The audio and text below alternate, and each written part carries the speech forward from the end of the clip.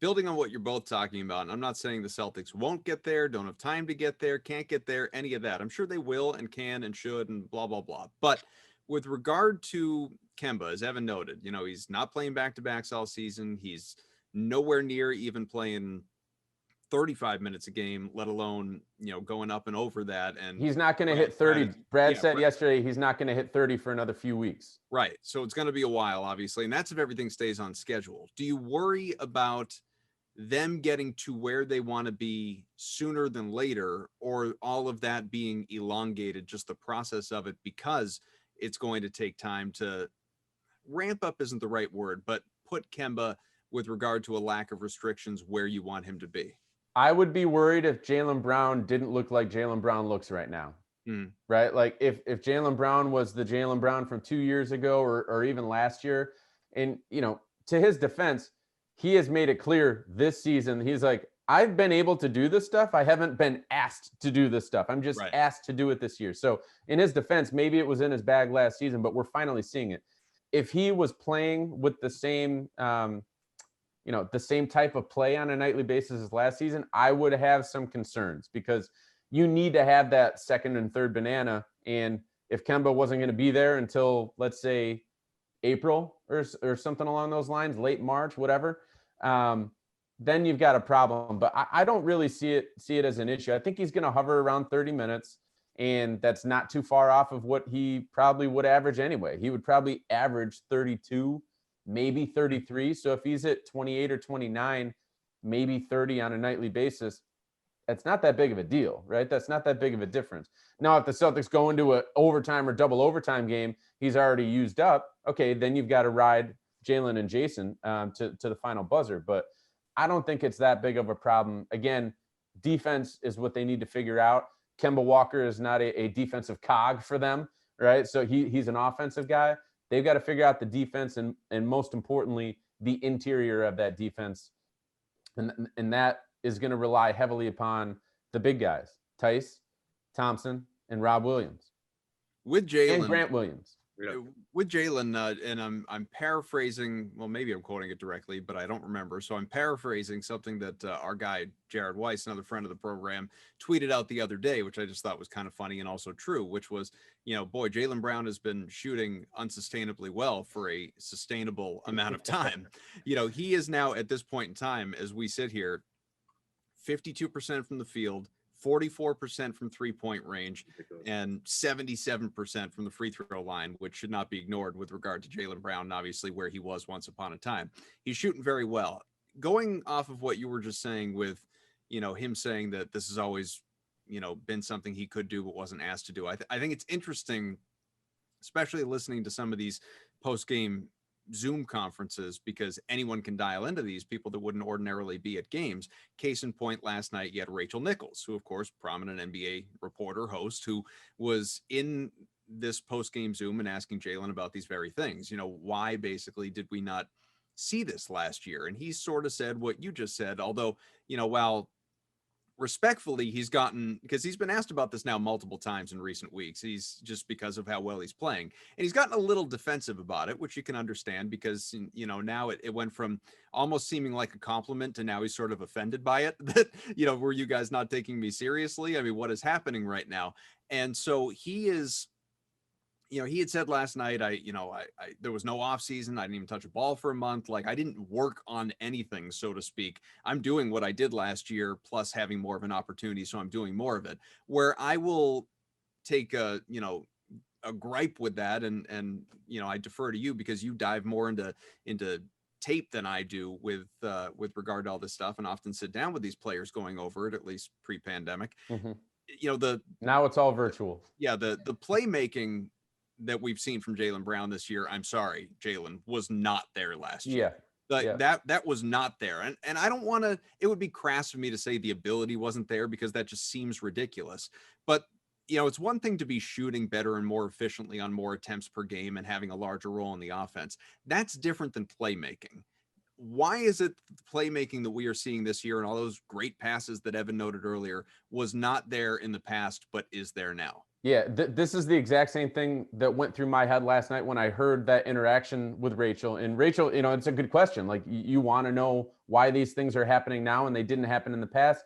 From Jaylen's perspective, it's because he wasn't asked to do those things. When I'm watching the games, I totally respect what he says. And I'm sure that maybe if he was in this role last year, maybe we would have seen this earlier. But that doesn't mean that he hasn't improved. Like, Jaylen Brown has gotten better at playmaking. He is seeing the floor better. The game is slowing down for him. There's no question about that. And that happens for every player as they get older and go year by year by year into their career, right? Like, he's another year in. Yes, there was no off season. Yes, they were just playing in September. But that doesn't mean that when the next season starts, visually, you are not seeing the game at a higher level. And that, to me, is what's happening with Jaylen.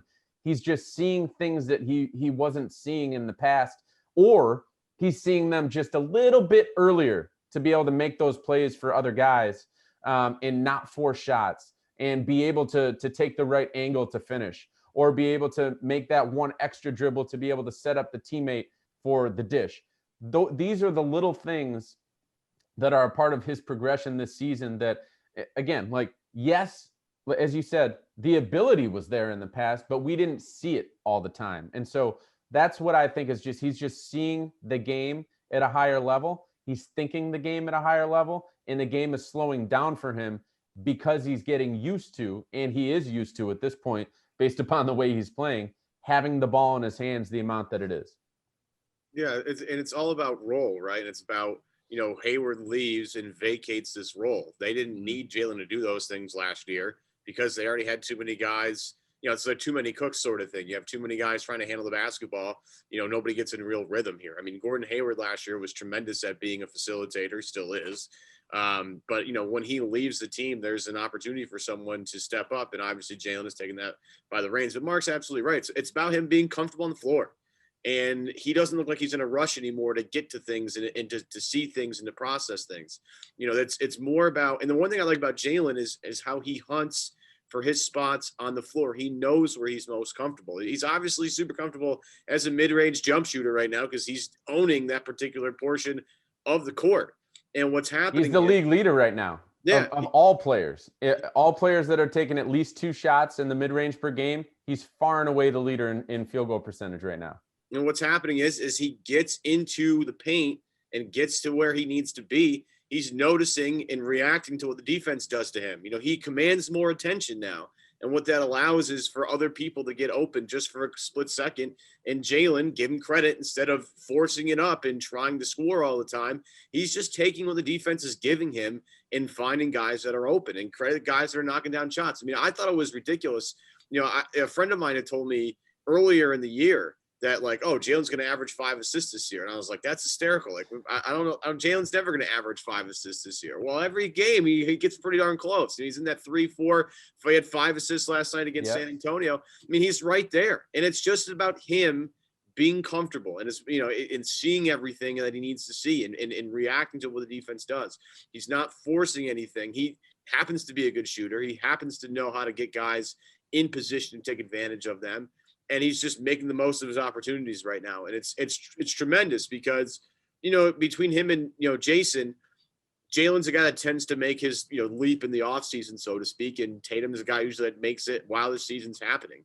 And what you're seeing here is, with Jaylen is a guy who has put in serious work every offseason. And we all jokingly kind of, attribute it to his grandfather, who has, obviously done some work with him in terms of conditioning, and the boxing workouts that we saw with him were just tremendous. But, it's a credit to Jaylen taking his, responsibility seriously, like diving into tape, working on dribbling. You go back to his rookie year, he was a mess with either hand. Now he's confident with both hands.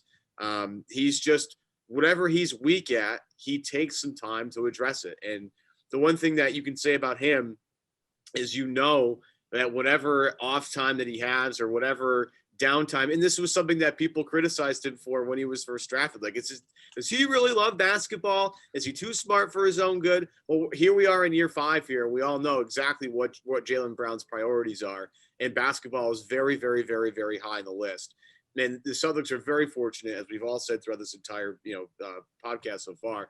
that he has taken the leap that he has, because without it, they're in serious trouble, because, they don't have, a 25, 26 per game score. I mean, that's, to have that plus the playmaking opportunities is ridiculous. Plus, he's a good defender. I mean, we all get mad at him for some things, but he's also a really good on-ball defender. So, Jaylen is deserving of all the praise. Here's the crazy thing about Jaylen is that, like, last year you saw in the middle, you referenced it with Jason Tatum, in the middle of the season, when teams started trapping him and triple teaming him and whatnot, he started to learn what to do in those situations. This first month of the season is the first time Jaylen Brown has ever been put in this role in the NBA, and he's already playing at this level. He's only going to get better. Like, as he continues to play in these situations, teams continue to send a double team at him or a trap, whatever it may be. Brad Stevens always says, "Oh, they've thrown the whole the kitchen sink at him in terms of Tatum, in terms of everything you could do to defend him has been done." So he's seen it and he recognizes it. Jaylen Brown is going to get to that point this season, and then he's going to get even better because he's going to learn about what to do in those different situations. So it's crazy to me that he is where he is right now, averaging 27 points and about 4 assists per game, shooting the way that he's shooting, making plays for others. And this is really the first month that he's ever been in this role. Like, he's only going to get better, and that's a scary, scary thing to think about. He might not shoot at this level, but in terms of the way that he's reading the defense and whatnot, it's only going to get better going forward.